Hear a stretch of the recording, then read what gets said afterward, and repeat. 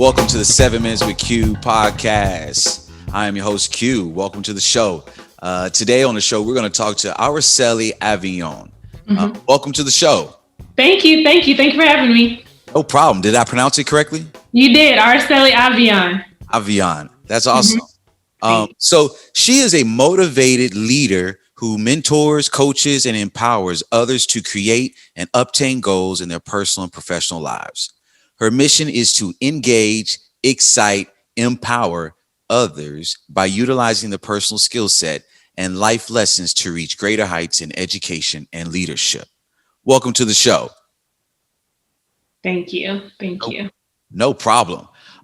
So you have a Bachelor's of Science and a Master's. I do. Bachelor of Science in Logistics and a Master's in Business with a financial track. I do.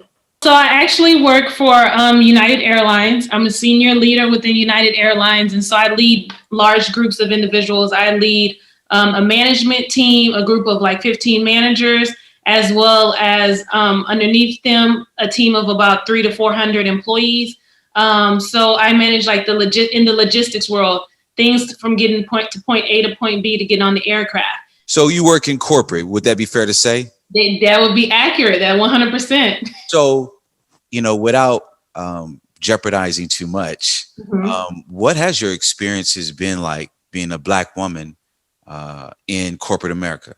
Right. So that is, in corporate America, it's been a little bit slower for a woman in leadership, of African-American woman in leadership. And I say that because it's not many of us there at the top, right? And so you have to fight a little harder and to get there. But when you get there, it's not many of us. And so there are not many sharing the secrets. So it's more of a competitive world for a Black woman in leadership right now. And what we want to do is we want to change that trajectory. But right now it's been more of sometimes a battle, like a woman in leadership. So it's a fight. So there's no harmony. Is that kind of what you're alluding to? There's a harmony if you continue to build it. You have to work extremely hard at it and you have to stay focused on it. So what industry do you work in within corporate America again? In logistics and supply chain. It's mostly a male-dominated field. So so you have to learn how to, navigate, keep that womanly touch, but you have to be able to roll with the big guns and roll with the big guys too in the area that I feel that I'm in right now.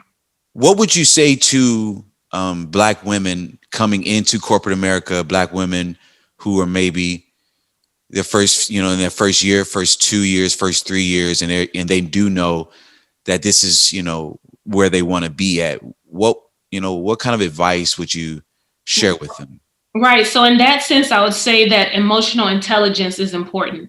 It's very important for African-American women in leadership. And because within coming to having that emotional intelligence, you understand and you know your audience. And so you gauge your audience before you actually move forward with what you're saying and how you're saying it. So it's important to know your audience before you're speaking. And then also a key thing to understand is learning that everything doesn't deserve a reaction, or everything doesn't deserve a reaction in the moment. You have to give yourself time to think about the situation that's happening and formulate an answer. And I think so often we fire back quickly. We have something to say. We want to be heard, but sometimes it's best to sit back and understand what's happening around you before you respond. Because if you allow yourself to do that, the stigma and the perception, I'm big on controlling the narrative. If you allow yourself to do that, you'll be able to control the narrative of how you're perceived and what is said about you.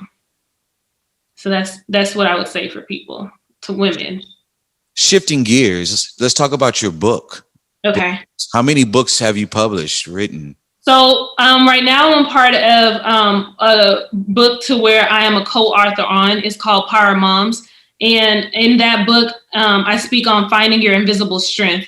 And so it's kind of finding a balance between being a mom and working through that through adversity. And anyone could really benefit from that, is because when you're at low points or you're facing the adversity that many face, is how do you move forward and you go through that? And it's something that only you can find within yourself. Like finding your inner strength is something that you can only give yourself. You're finding your self-motivation and you're pushing forward. And so that's one book that I'm a part of right now. My future book that's going to come out in probably late summer, early fall is more geared towards women leadership, Black women in leadership.